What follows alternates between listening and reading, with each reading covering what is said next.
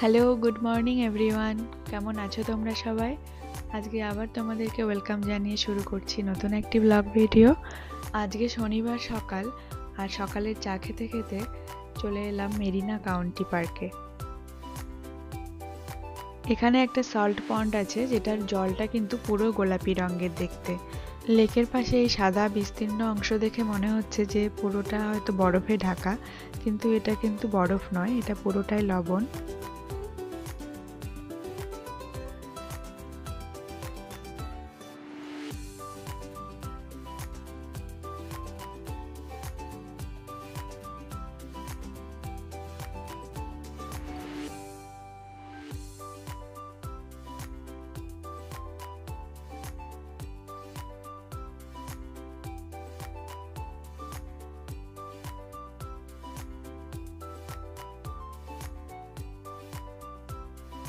দূর থেকে যখন দেখছিলাম জলটাকে কিন্তু একদম নীল রঙের দেখাচ্ছিল, কিন্তু যখন কাছাকাছি এলাম তখন কিন্তু জলের যে অরিজিনাল রঙটা সেটা ভালো করে বোঝা যাচ্ছে। আর সাদার সঙ্গে কিন্তু বেশ সুন্দর লাগছে দেখতে লাল রঙের এই জলটাকে।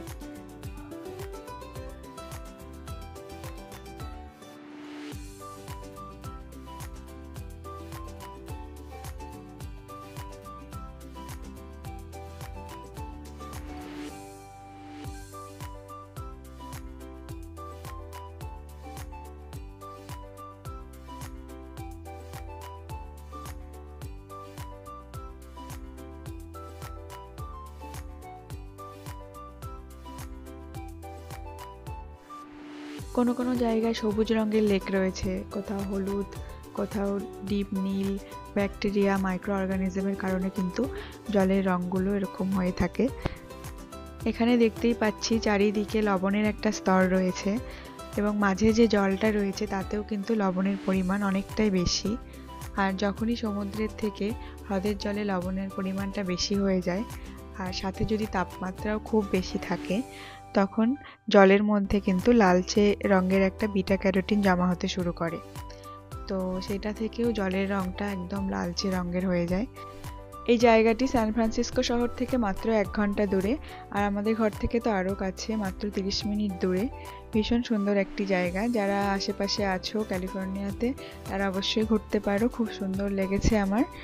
এখানে একসময় প্রচুর পরিযায়ী পাখিও আসতো, কিন্তু এখন সেই সংখ্যাটা অনেকটাই কমে গেছে।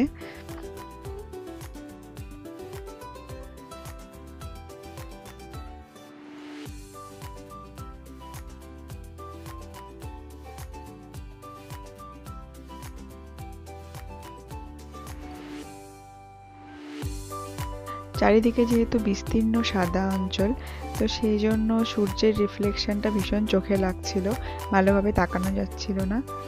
আর চারিদিকটা একদম ফাঁকা জন্য ভীষণ জোরে জোরে হাওয়াও হচ্ছিল।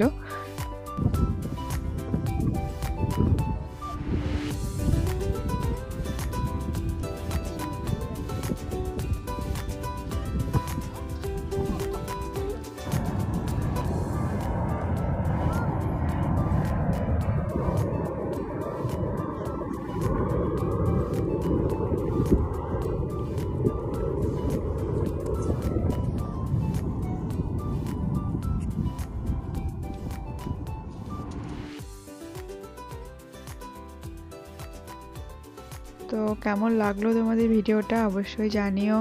ভালো থেকো, সুস্থ থেকো। আজকে এখানেই শেষ করছি। চলো, টাটা, বাই বাই।